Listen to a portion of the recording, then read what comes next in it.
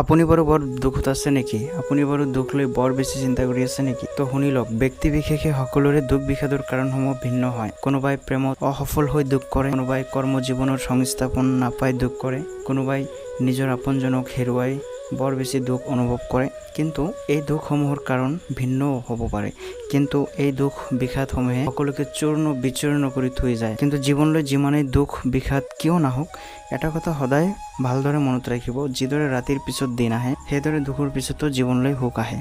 আপুনি ভাবিছে যে আপুনি অকলে দুখত আছে।